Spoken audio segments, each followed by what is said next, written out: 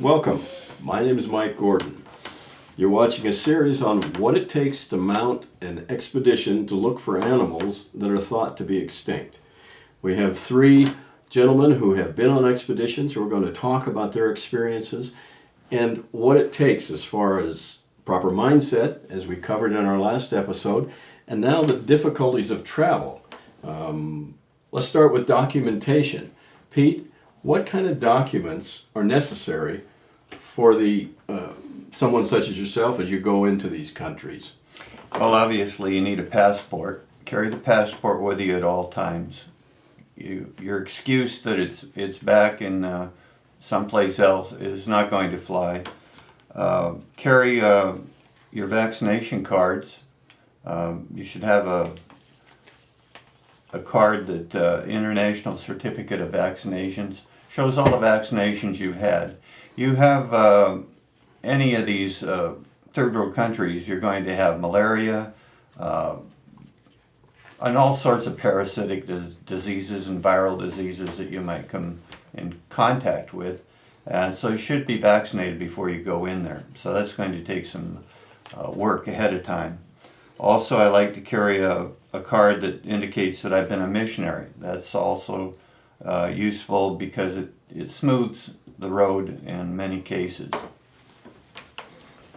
Would it be recommended to make photocopies of those to have secondary backups?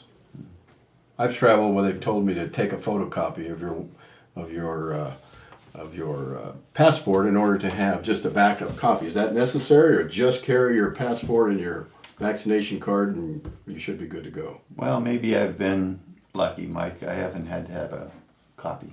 Okay. But it sounds like a pretty good idea. Milt, going on an expedition takes money. What's involved in funding one of these things? You've funded several expeditions.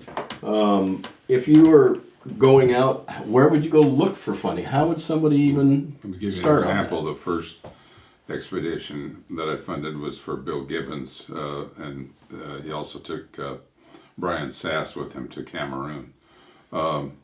I initially offered to give him $6,000 to fund the whole thing. Mm-hmm. When we got done, the bill was a little over $15,000.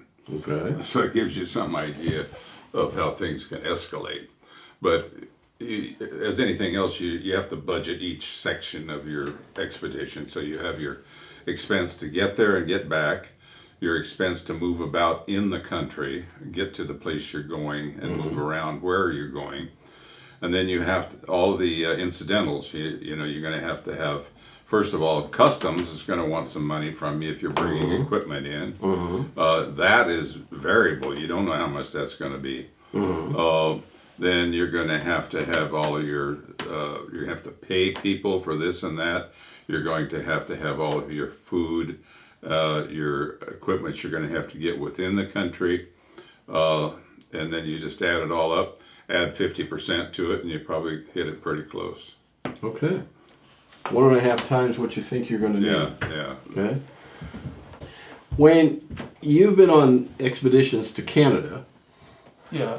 And Milt, you've been to third world countries, and Pete as well. So tell us what you went through going to Canada.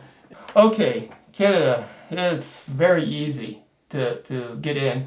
You don't actually need a full-fledged passport. You just need a passport card. Who knows, they might change that in the future, but currently, to my knowledge, a passport card would suffice, and that's what I utilized before. As far as getting on in, most of the time you shouldn't have that much difficulty. One thing you don't ever want to do when you're up there, particularly with the Border Patrol, is offer any sort of gift. There's a big difference between gift giving in Canada and gift giving in Cameroon. And gift giving in Canada is liable to get you put in jail because they'll see it as a bribe. Even if you're just trying to be polite or friendly. The Border Patrol there is more of looking at you as Is he a potential threat? Is he trying to sneak something on it? If you offer to give them any particular gift, they'll take it as, what are you trying to sneak past us, you know? Well, as for Cameroon, they almost expect for you to give them a gift, but that's kind of in Pete's turf. But also, I like to mention real quick about the necessity of asking permission before you go into a particular area of search. Even in a Western country like Canada, we went to several places in Lake Okanagan, and there's one spot that we went to. They wanted to do field research, and we first wanted to make sure it was all fine with the local people there. Just be honest. You know, they might think you're crazy for asking in the first place, but they're not going to call the cops on you. You know, you don't want to ruffle any feathers, and you're visiting their country. So you want to show them respect for their country, their rules, their house type mentality.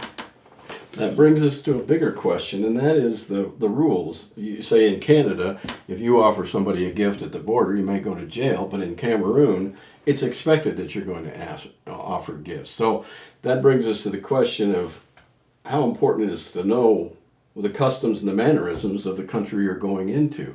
Pete, would you like to touch on that? Yeah, when you go into one of these third world countries, the first people you're going to meet are be custom officials. They'll want to look at your passports and other documents if you have them. These are people that will let you into the country, but to let you back out of the country might require a bribe. In order to get certain materials out, some plaster casts that I'd made, for example, I had to bribe a custom official to get through, to get to my plane. This is something that you pretty much should expect. There'll be other cases. Well, when you go into a country, you're in the backwoods, and there are tribes, there are villages. Rather than just walk around and look for this animal, the first thing you have to do is find the local officials and give them respect. Show them that you're there, that you respect them, you respect their responsibilities for their area, and then give them a gift. Now, that's not a bribe, that's just a gift. That's a way of getting into the area, and they know who you are, but they also have a good feeling for you. Hopefully the gift is a decent gift. Once you're to the village, you also want to give a gift to the chief. That shows proper respect. If you start looking around the village before you talk to the chief, or you make the proper approach to the elders of the village, you're treading on very, very bad ground, and you could mess up that expedition, and you could mess up the next expedition if they remember who you are or you're associated with them. What kind of gifts do you give? Are they expensive gifts? Not usually real expensive. Something that would be useful to them, like certain kinds of knives, cutting tools, anything that would be useful in their daily life. And, you know, you want it to be fairly valuable. And these aren't bribes. These are just gifts of, you know, here. Maybe it's a thank you for letting us come in. Right. Speaking of that, there's another thing that we haven't mentioned. In Cameroon, we submitted a list, actually a proposal to the Ministry of Forests, telling them exactly what we were going to do and how we were going to operate when we were there, where we were going, and what we expected and what we would do for them. So we made a few promises in there. We promised that we wouldn't bring in any firearms, which is a big advantage. We promised them that we would not damage the ecology in any way, which our scout took so seriously that he didn't even want us to take home a branch off of a shrub that was growing along the river. So that I think when we showed that document to the chiefs in the various locations where we went, so they could see that the Ministry of Forests for the whole nation of Cameroon had authorized us to be there. So in addition to the gift that we were giving them, we were showing them that a higher authority had already approved of us coming in there. Oh, I'd like to add, something just came to mind, but it's a very important part to add to it. Whether it's in a third world country or a Western country, you want to respect the environment there. Don't leave trash behind. I can't stress this enough. I get burned up when I'm driving along the road and I see that somebody left trash there. So that's a no-no. So No. respect. It's generally, you're going to go into somebody's country and you're going to do your thing, but you want to respect everything about what they're doing. And that comes down to giving gifts as a courtesy.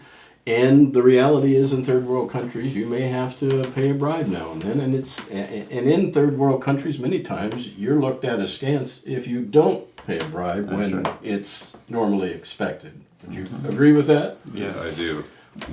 One last thing before we go quickly, and that is the mannerisms, the physical mannerisms, not only the customs of the country, but Pete, could you touch real quickly on how important it is to know the mannerism? In the United States, we give a thumbs up, and that means good. In other countries, it means really bad things. So it's important to know those things, I would guess. Yes, there's some language barrier. I remember when I was asked to speak at one of the churches there in the Cameroon, I thoughtlessly said, please grab your seats. And they looked at me like I was from Mars. So watch what you say. Some of these colloquial phrases that we have don't work very well. Do you have anything? Oh, I won't. And a guide. Where do you get a guide? You say you have to have a guide. You mentioned a guide. Yeah. The missionaries are usually very helpful with that. They know people all over the area, so they usually have some people in mind that could be very helpful for you. And sometimes the missionaries will go with you. Now, when Roy Mackle was getting started with Mekele and Mbembe research in the Congo, Gene Thomas, who was a missionary there for many, many years, went with him out into the forest, and Gene knew everybody that they saw all along the way. I don't know how many miles they went. They probably went 50 miles one way and maybe 25 miles another way on the river. And he knew people everywhere, so he was a big help. So if I'm taking away from this, you need to know the customs, you need to know the mannerisms, you have to have the right paperwork, and you have to be funded 1.5 times minimum of what you think it's going to cost. And then you're going to need to bring some gear, which we're going to talk about in a future episode. I just thought of something. Guides and missionaries. You need help wherever you're going. You're not from that area. You're going to need a guide. You're going to need someone who speaks the languages. You're also going to need a way in. Often it's through a missionary. And we've used missionary services and friends that we've developed in that manner. And I would say it's almost the first thing you do is find out more about where you're going through people who've been there. All right, gentlemen, thank you. In our next episode, we're going to be covering hiking gear and equipment necessary. We thank you for joining us. If you want to know more information on this subject, Wayne, where would they find that? You can go to animaldiscovery.org. Pete and Milt are both board members, as well as Jonathan Whitcomb. And if you want to go check out our YouTube channel, it's called Dinosaur Discovery, which works in coordination with Animal Discovery. They're two separate entities, but they cooperate and they both work together. Thank you. Thank you for joining us.